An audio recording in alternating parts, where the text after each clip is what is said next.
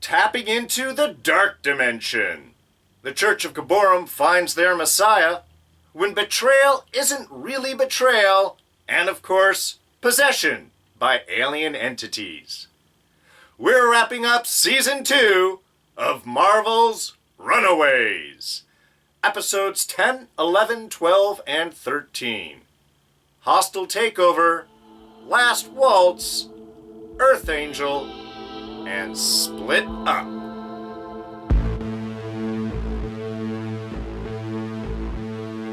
Hey everyone, D here, and welcome to our final Season 2 review of Marvel's Runaways. So, as always, lots of spoilers coming up your way. Alright, so kind of a big finish for the series this season. We were developing the storylines we've got going on. We get some nice little twists, some unexpected moments. But I think all in all, really an appropriate build-up, an appropriate release for where we have been going all of this season. I think they did a really good job in evolving the characters this season, giving us something new, and really showing a lot of the dynamics of the parent-child relationship. I've hit on this several times before, and the fact that we don't really get a lot of black and white villainy. Yes, the parents have done some bad stuff. They're mass murderers in a way. Well, I mean, they are. Not in a way. They are.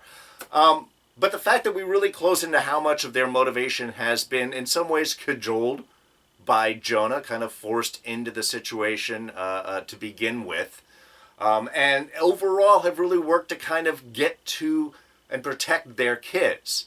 So yes, parents have done bad things, but not always for the worst reasons. And there's been a little bit of change of views through the kids who were all initially very much against all of the parents, curse them out, throw them in jail. And by the end, we have a lot of variations, a lot of sympathy for what the parents have gone through. Well, some of them who have, I think, worked to improve the relationship with their children, make amends, move in a different direction, while others really showing much more of their vicious side. Catherine! On the top of the list right there. So, really, I've enjoyed how this season has sort of developed. Again, it's been sort of a kid show.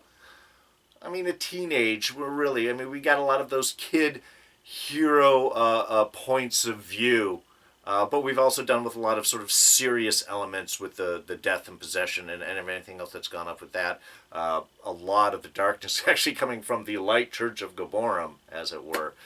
So really, I think they've done a good job in working the dynamics, telling a story and committing to it from a particular point of view. This isn't a hardcore storytelling a la Punisher, Daredevil, some of the other Marvel TV properties. This is, ultimately a teenager show. It's kids. It's taking it from a little bit more of a lighter element. Definitely have a lot more relationship aspects, which sometimes works, sometimes gets a little overworked, in my opinion. But again, really kind of focusing on that developing parent-child relationship and how one's point of view, starting out, once a little bit more knowledge, a little bit more experience comes in, that black and white view of the world really starts to become much, much grayer. All right, well, let's kick things off with, like I said, dabbling in the dark dimension. Of course, I am talking about Nico and the staff. And to be honest, Hostile Takeover Episode 10, well, that's a huge part of it and certainly kind of a summation of that particular episode. I really like how they moved along. I liked how they worked the AWOL storyline, how the kids are reacting. With Livy being brought up as a prisoner, of course, Alex is going to respond. And I like how the team is kind of pushing and prodding Alex. His emotional responses do get him into trouble. But when he has a moment to think about it, when the kids hold him back, and say, we're not going to react. We're going to hold you down. I love Molly picking Alex up and just slamming him down. You're not going out there. Sometimes you need your friends to protect you. But when Alex gets a moment to sort of think and plan things out, where he can come up with a good, solid plan, well, for the most part, kind of forgot the whole strain that all of this has been putting on Nico, who really is working her butt off the whole episode, even though not necessarily moving around. Why? Because she is using so much of her concentration to first hold the camouflage, and then to hold the armor, the walled up, the defensiveness for the hostile was great.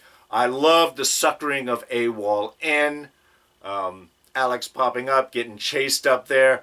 Look, AWOL strung that rappel line a little too fast. I don't know what he anchored it onto. But again, kids show, we're moving story forward. There wasn't a lot of need to really spend time on him wandering around trying to find a great place to anchor that rappelling rope.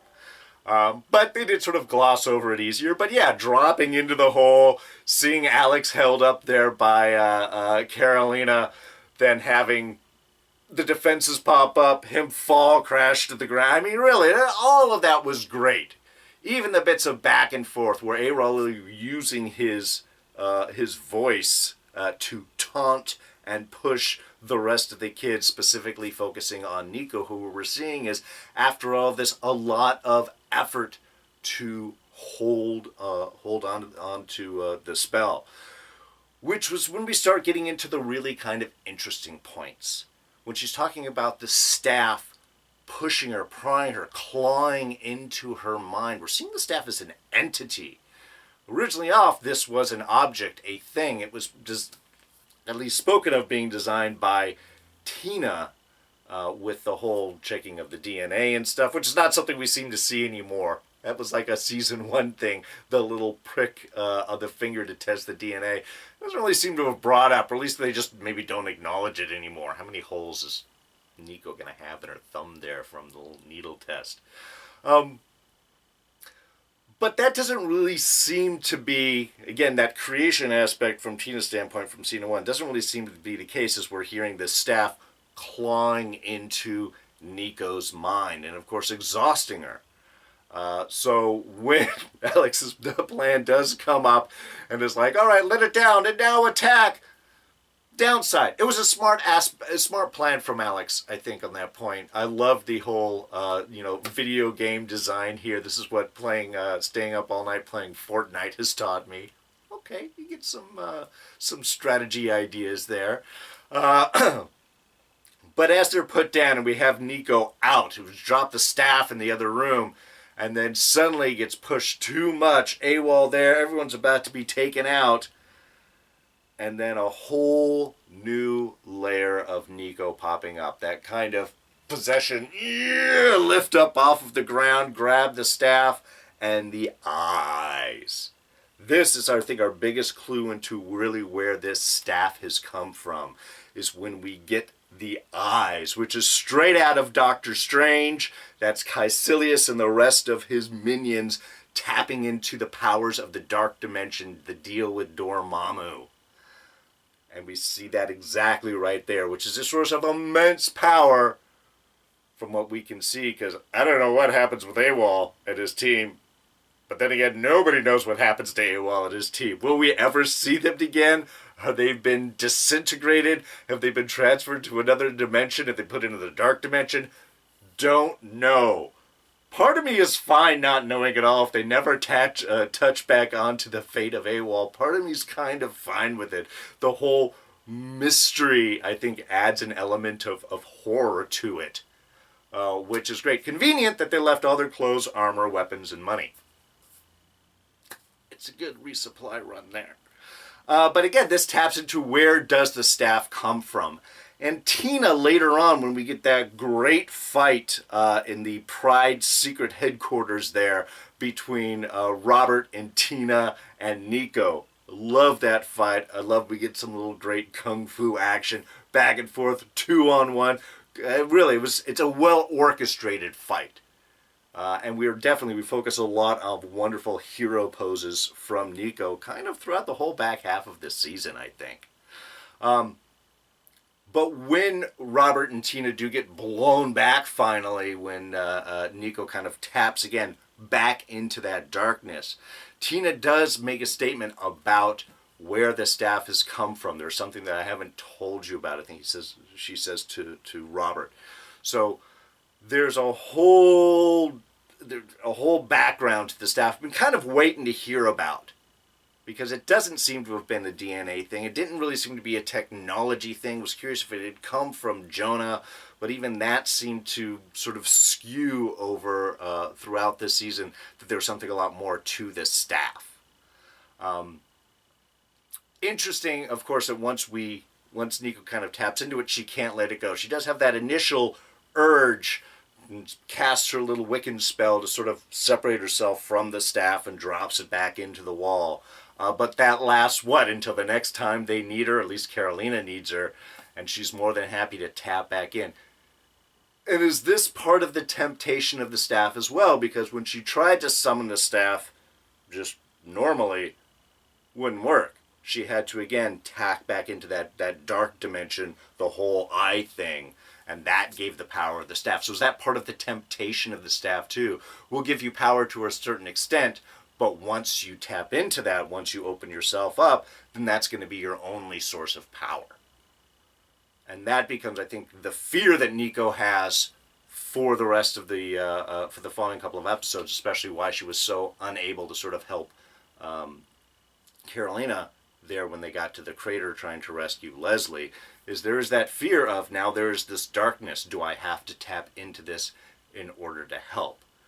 So I appreciate that Nico has a hesitation for embracing that.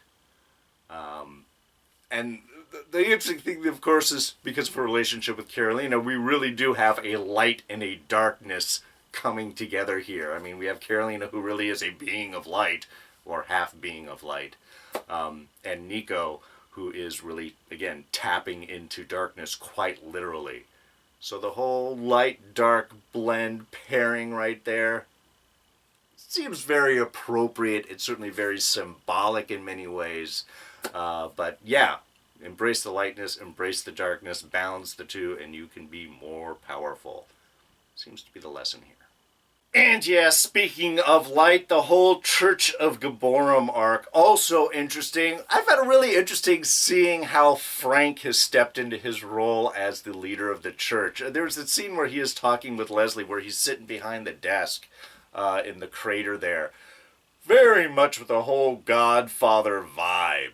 Just relax. You don't know anything on the top of the church here. I mean, just the whole persona that he is sort of stepped into, I think has worked well for Frank. Doesn't last too long for him, and that's probably appropriately so. You don't want to dwell on any of these situations. You want to keep storylines moving.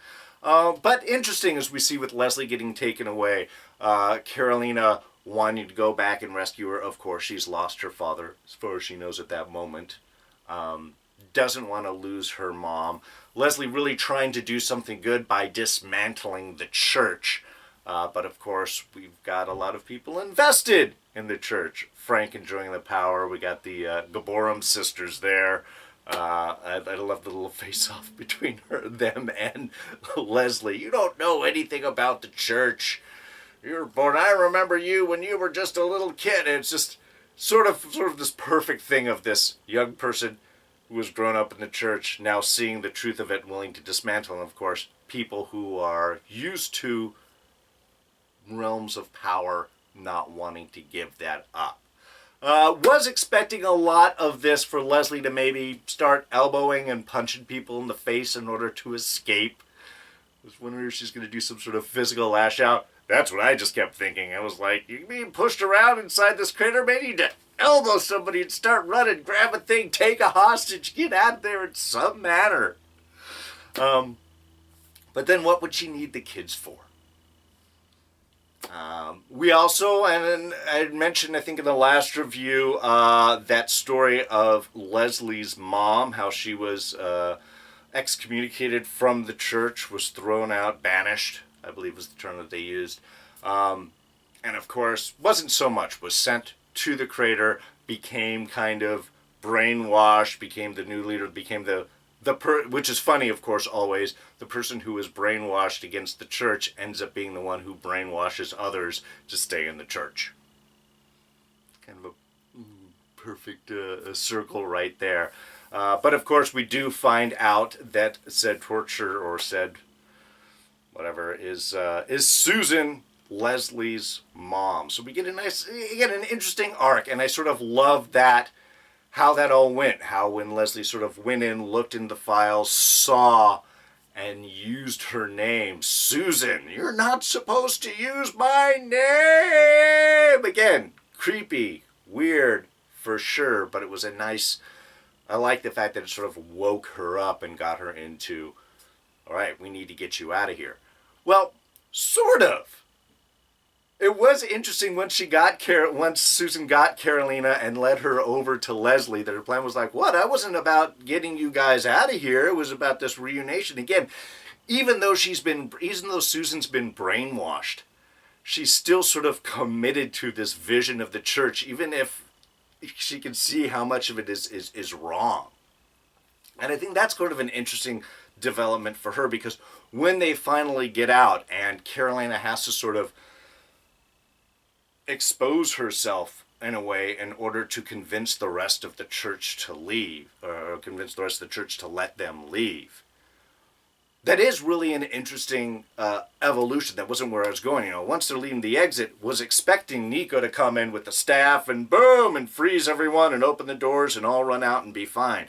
But to have Carolina turn, reveal herself, it's a perfect turnaround for Frank, because there's nothing he could say there when he's like, no, she's not the Messiah. It's like everything that they have been taught, everything they've been talked about, now Carolina is embodying. And there is no way that Frank can turn the rest of the church against them.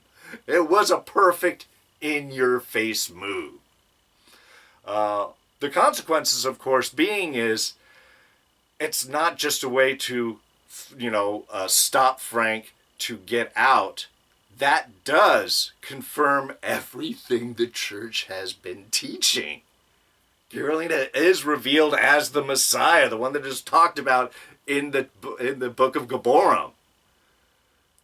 So it's interesting. While Leslie was trying to take down the church in order to escape it, she had to basically reinforce the church, give it a real reason to go on, which is why Susan stays with that whole belief, no, you've just showed us, I need to show the church the way. Yes, throws Frank in the closet there in the room, which is appropriate. But I'm really curious going forward how the Church of Gibborim is going to play into all of these, because while they're sort of an antagonist from Leslie's standpoint, and they have caused a lot of disappearances for kids, without Jonah there, that disappearance, that runaway program doesn't need to continue. So it can do something else, and now you have a large group of believers that have now seen everything they were told to believe in to be sort of confirmed in front of their eyes. So I'm really curious. While I'm great that Leslie gets away and that Carolina does, and I love the whole Lancing Out as having to keep Leslie with the Runaways, that she is in fact a runaway now herself. She's got nowhere to go and she's pregnant. She can't turn them loose out into the world. Is great. I'm really curious how the Church of Gibborim is going to play in future storylines, because they do have a strong backing. And is Leslie going to be able to tap back into this? Is she going to be able to walk in and steer the church, maybe to use its power for good? Or is this going to turn into some other darkness, maybe trying to hunt down Carolina and the baby as a way of protecting their Messiah? So, interesting where this may go in the future. And Chase, being cajoled to betray the rest of the Runaways. But does he really? I would argue no, he does not. In fact, he is trying to help, but he does everything he can, I think, not to really betray the group. Look, it's understandable where Chase is coming from. He gets suckered in really well. The story of Dad dying, he was connecting with his father before they had the whole big post-Jonah medicine split there. There was some moves. There was some connection going on right there. So when Chase gets the call over that very cool reverse robocall, tapping into all landlines plan. Really surprised there's still a phone line in the hostel, but okay. I get Chase being pulled back into his dad's. Willing to try and take it a shot, basically willing to wanting to spend some time with it. And I think there's a lot of honesty where that's coming from Victor's standpoint. I mean, Victor, not Victor's body with Jonah inside of it. Because we do have that scene over by the pool where Victor very much opens up to Chase about what's going on. I'm dying. I'm losing time. I'm blacking out. I'm waking up in front of technology I don't understand. I've never seen before. I mean, he's really he is honestly starting to open up with Chase. There's no way, of course, for Chase to know that he's dealing with only his father part of the time, and he's dealing with Jonah the rest of the time, of course. I mean, that's sort of the underlying move with the second half of the season here. But I understand where Chase is coming from, and his willingness to try and step in and see, basically, just spend time with his dad. And how's he going to spend time with his dad more? If he is with his dad. So if he's got to be in Pride, if he's got to be in whatever, I get that. But he never gives up the kids. He's always been straightforward. He doesn't reveal where the hostel is. He doesn't tell anybody. He very much actively is pushing that. I am here for you, but this has nothing to do with anybody else, and I'm not going to betray them to their parents. He hits on that continually. And he also is constantly suspicious of Pride. When he does spend the time in the little Pride offices there, going through the trash? What's he looking for? Finds a little vial of the anti-memory juice, the forget-me stuff that the Yorks develop. Knows that there is something else going on. And even when their parents did that beautiful disguise reveal of, here, I'll show you what's in this room, and it's all of Pride. He opens up the secret compartment, and everybody's sitting there all paired up all nicely in presentation form. This is all for you. We will step back. We'll give you Pride. You can make it good. You can use all the resources to do all of these things and feed children and build schools and do all of this stuff. It's a hell of a presentation. It's a hell of an offer. But even then, Chase doesn't buy it. And I really, that was where I was expecting that he was just going to blindly step in. Okay, well, great, fine, we'll do this. I'll help you all out because... And he doesn't. He's like, look, this is all a great idea. I love this. This is wonderful. But I don't trust you at all. So they have to turn it around. And they do it quickly. Again, playing the nice card lasted about, a minute? Maybe a minute and a half. Before they're like, look, we've got weapons. We can go after them. And it's going to be bad if that happens. We'll memory juice them and they'll forget everything. We could do that. Or you can pull them in. Again, that nice card goes very quickly. It's, we're going to give you all this stuff. But that's just option A. If you don't want that, then we're going to go option B, which is the full-on supervillain approach. So it puts, it puts Chase in a harsh position, in a very tough position there. You know, he's not, and the way he does it, I mean, by calling up Alex and meeting at a neutral location, again, he doesn't reveal the location of the hostel. He brings the kids out to have a conversation. And he's all very straight about it, too. This is what they're offering. This is what they're going to do if we don't accept the offer. We could have Pride. We could use it. We could try and use it as a force for good. But otherwise, they're going to come in after you anyway. And I want to take this moment to talk about the whole Gert Chase thing. Because while I have mostly enjoyed their relationship and the potentials and everything that's allowed right there, the whole breaking up sequences have really got to be annoying. Even when Chase is leaving the hostel there and trying to tell him, I've got to go spend time with my dad, he is dying. Gert's doing the whole strong push away thing there. And then when we do this second meeting, she's like, I think we're done right now. We've had our conversation. I mean, it gets boring. there's not a lot of support. I mean, how much Chase has been trying to be there for Gert. Gert pushes against Chase just way too much. There is such a readiness to drop this relationship and not support. It's just gotten old because they keep hitting this point. This is, I think, one of the weaknesses we have in the last couple of episodes here. Is they're rehashing points that they've already done that they should have gone across. There should be elements of trust, but it's just, let's break things up. Let's create this conflict. Let's drop the relationship. I mean, look, whether they're together or not going forward, who cares? Really, it's whatever storylines. I like the two of them together. It's an interesting pair up.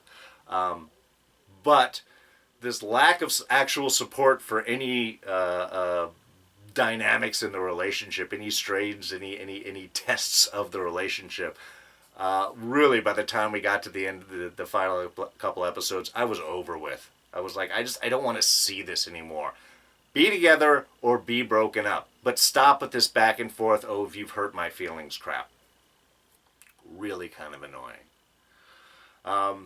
And look, yes, it would have been great for Chase at that point when the kids said, no, we're not going to accept this deal, that he was like, all right, well, I'm with you guys and I'll stand against the parents with you.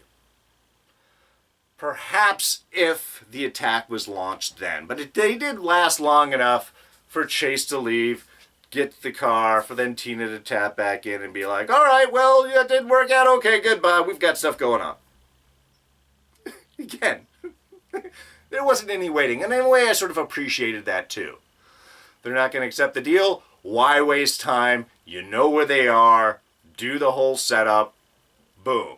And it was great. It gave us some nice action sequences and explains why everybody does, in fact, get split up at the end, where we do have sort of an interesting dynamic. We have the Runaways not together. We have the Runaways split up into individual teams, and then finally, multiple teams. We got the group at the hostel, we got the captured group, and then we've got Gert with her dad.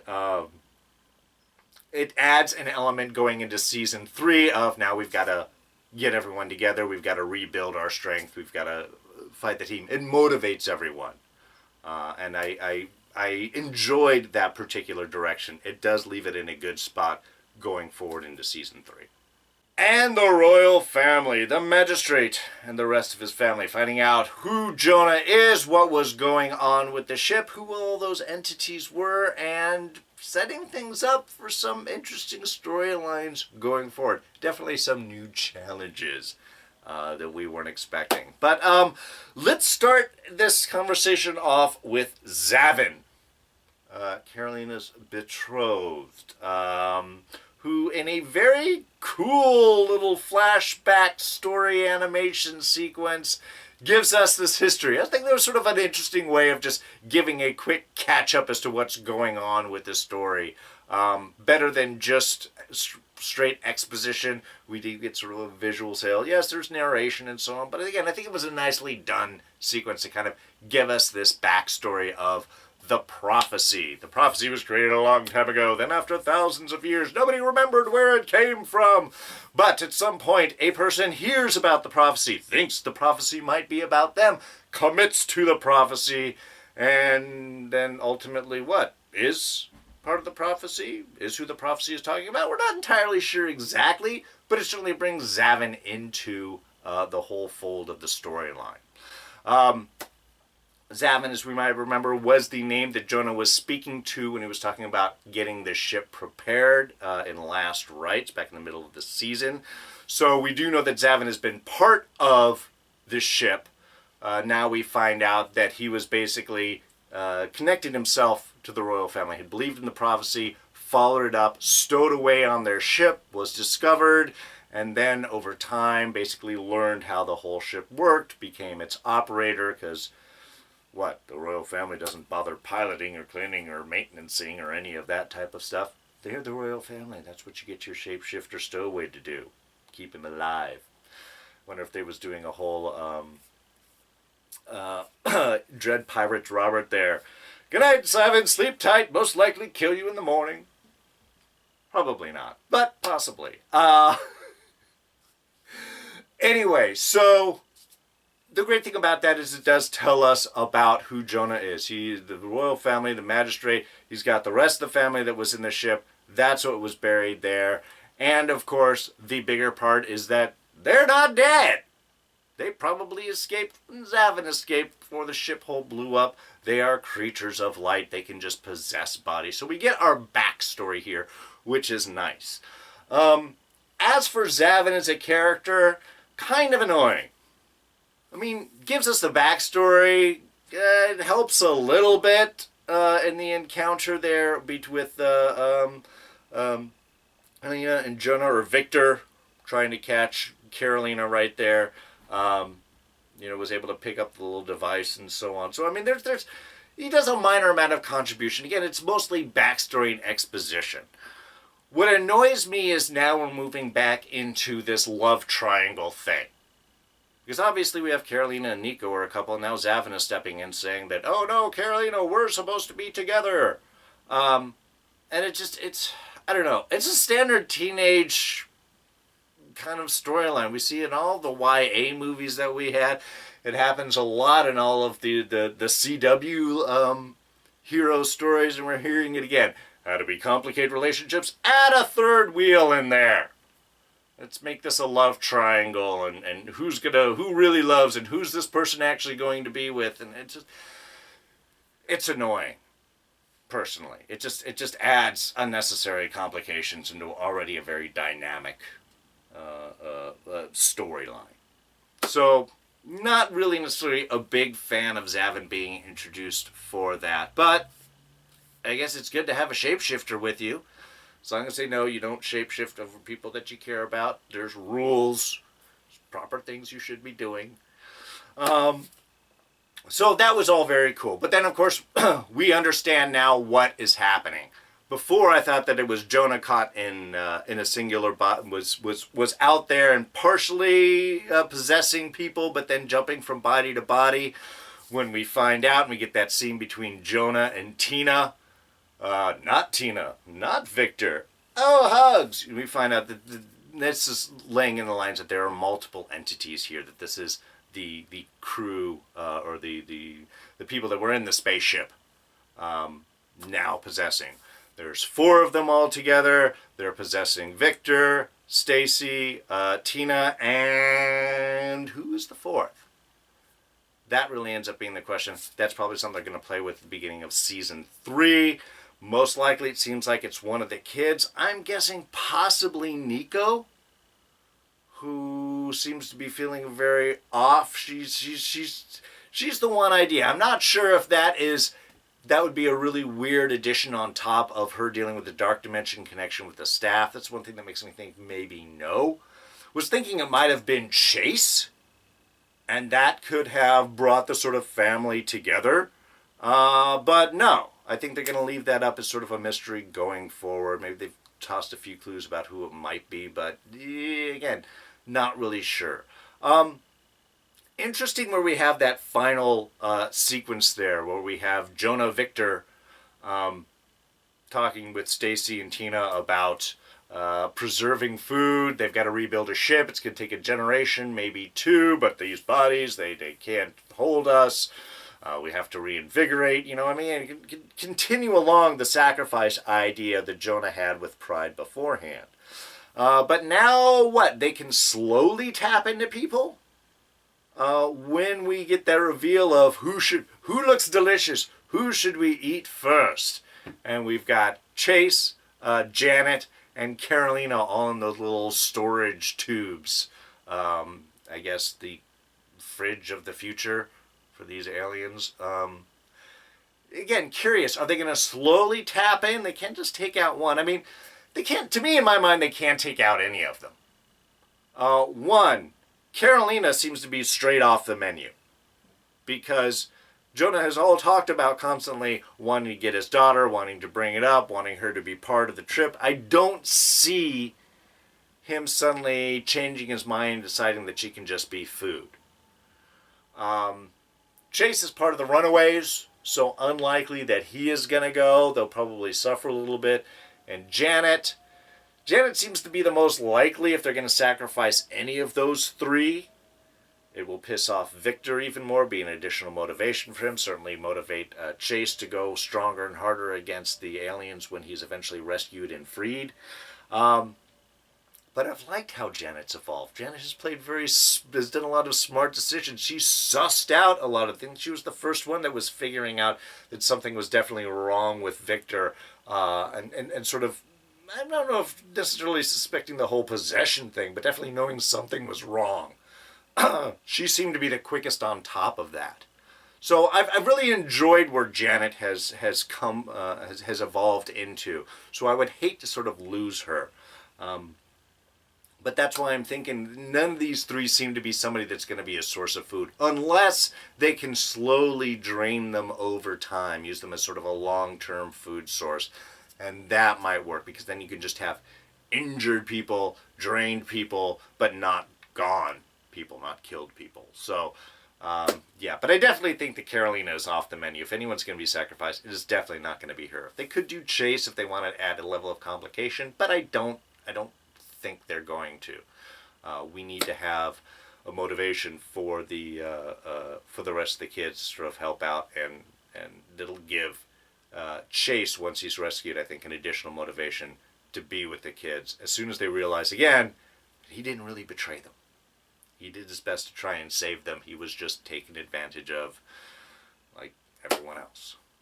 Oh, and of course, real quick, I want to touch on Dale and Gert. That whole final sequence. I gotta say, I really love Dale as a character.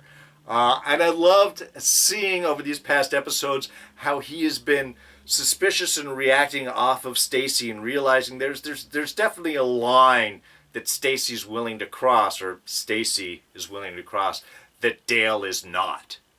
I mean, we had the whole let's kill Lace. No, let's not kill Lace. Let's use Lace to hunt the kids down, to find them. We'll track them. We'll find where they're coming from. Then we'll kill Lace. I mean, it's getting a little darker. And certainly, I think the line crossing, obviously, is when Stacy knocked the bottle over Gert's head. I love that whole reversals and staying. I love Molly getting rid of Dale by speaking Spanish to everybody else in the market, and sort of basically framing him like, he's a child attacker, stop it. I mean, dark on Molly's part, but cool. I like the thinking. But certainly once seeing Stacy willing to hurt Gert in that lair, and again, knocking over the head with a bottle, that doesn't just knock you out. It causes head trauma, like concussions. I mean, serious damage potentially right there. That Dale does finally see that Stacy can't be trusted, that they got to get away, and that he loads up Lace and Gert into the travel van to go do a road trip. And then seeing it's like, we haven't done a road trip for a while. We got the tunes, we got the things again. It's like the total geek dad who doesn't know just how dark he is. Well, he does. I mean, you does sort of call him like your murderer and all of this stuff. And he's like, well, yeah, that's kind of true. I can't deny all that. Again, trying to do it for the best reasons, but I like Dale. I like how they wrap this up, that it's Dale and Gert and Lace heading off into the unknown. Which, again, we got this big split up. We've got the captured group that's with our aliens. We've got everyone who's gotten back out to the hostel, and then we've got Dale and Gert heading out into the west in their van with the dinosaur in the back. I love, that was just sort of, to me, a great way of ending it. And I appreciated Dale loving his daughter more than his wife in that sense. I mean, not loving his wife, but seeing that there's something wrong with her, a danger, and that he still is protective of Gert and doesn't want to sacrifice. And certainly, I think, realizing that the death of Lace would hurt Gert so much more.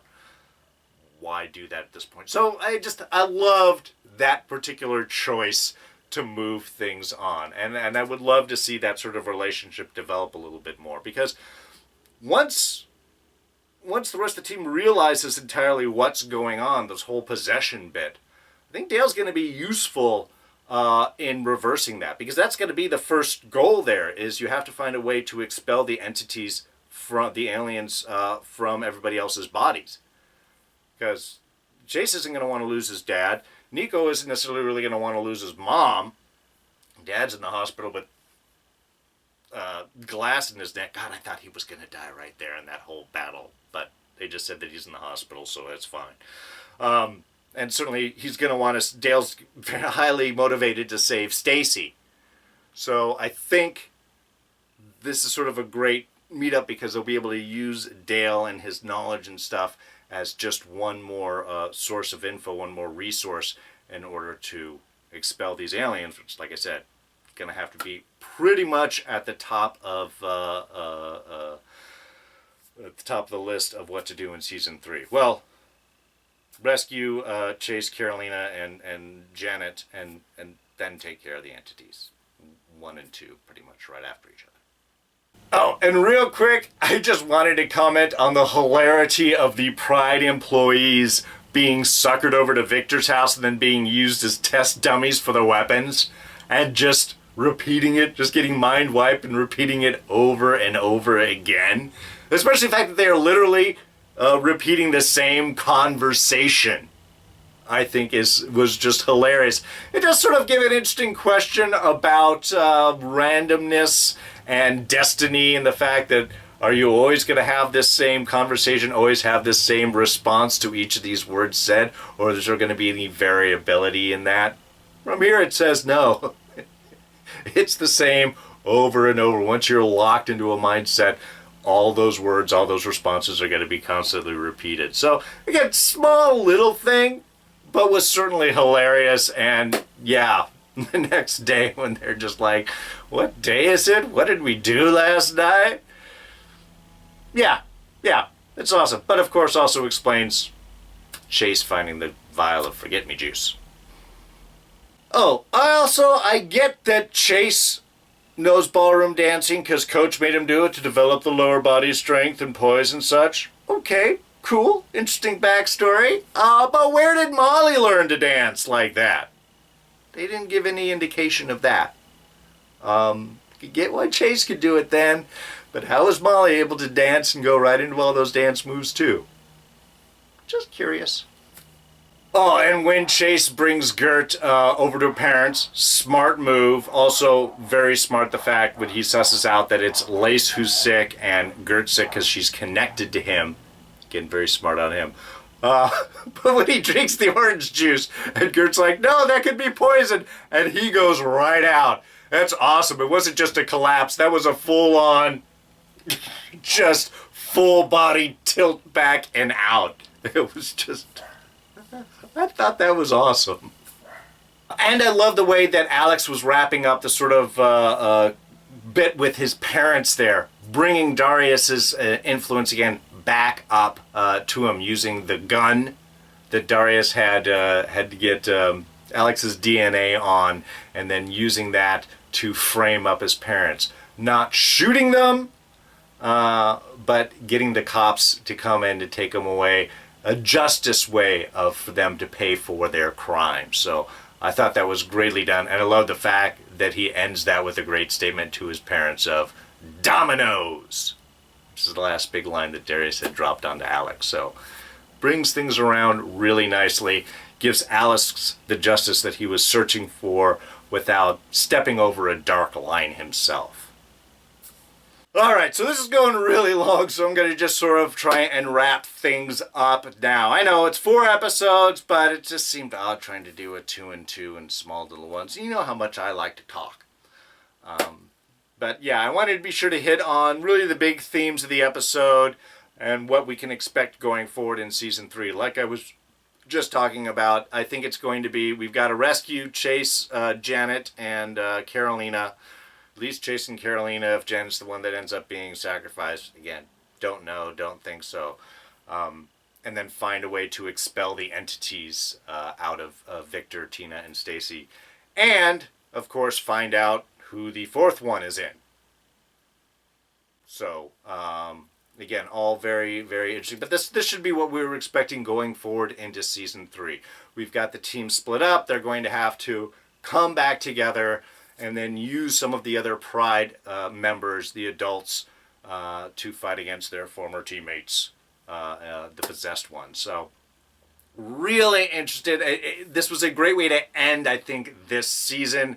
to prep us and excite us for these storylines that can come up in season 3. Season 1 ended with the kids really running away from the parents, being on their own.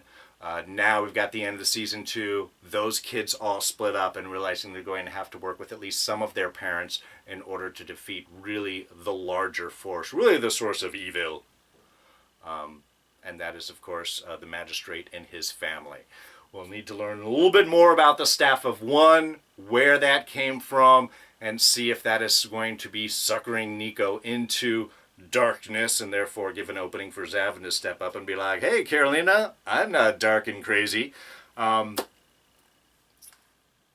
really kind of pull her back. And of course, within that, there's going to be Nico battling the darkness inside of her. How much is she going to be willing to give in, and how much is going to be taken over from her? So, real interesting, great parts to go on. Plus, of course, we've got the baby growing in Leslie's stomach, who is definitely half alien from what we can tell from Zavin's smell, sussing out, can detect the pheromones and genetic markers and such within her. So, that, and of course, the Church of Gibborim. Are they going to be still playing anything? Or are they going to be going after Carolina themselves as sort of a way of rescuing the Messiah, and or going back over Leslie, who is also carrying another Messiah, another creature of light? So, a lot of different directions they can go in, a lot of different complications, a lot of storylines that are left out that I think they can easily tackle up into season 3. Don't know when that's going to be. Probably another year. That's how it all worked out these past 2 seasons. So probably end of 2019 here, we may be getting a season 3. Cannot wait to see that. So, thank you, as always, for joining me with these reviews. I hope that they were insightful. I hope that you enjoyed them. Give you a few extra elements of thought. And yeah, and now we've got to do a long wait in for season 3. So, that is going to wrap us up for now. Once again, thank you for joining me with these reviews. And if you enjoyed it, please go ahead and hit that like button. Thoughts, ideas, and comments, drop those right down in the section below. You can always catch me on Twitter and Instagram. I am at Darren Jakes. Please subscribe if you're not a subscriber. We got a bunch of stuff coming up. We got the second half of Walking Dead starting in February. We've got American Gods Season 2 starting in March. We've got Game of Thrones final season going on in April. Plus this summer we'll have Agents of S.H.I.E.L.D. and Preacher. Lots and lots of good stuff. Plus, this coming Friday, the 25th, I will be over on the YouTube channel Enchantment of Eternity with Mark, and we're going to be chatting all about the first 2 seasons of Lost. So if you're a Lost fan, you can come over and check that out. As soon as I get a link, I'll throw that down in the section below, but you can always go over to Enchantment of Eternity on YouTube, Mark's page, and he will have info and links and such right there as well. So, that's it. Oh, and of course, yeah, hit the subscribe button. You'll catch all this stuff. And I'll go ahead and throw up a couple of our latest reviews you can check out right there. So, that's going to be it for me. I'm D, and I'm out of here. Catch you guys next time. Bye-bye.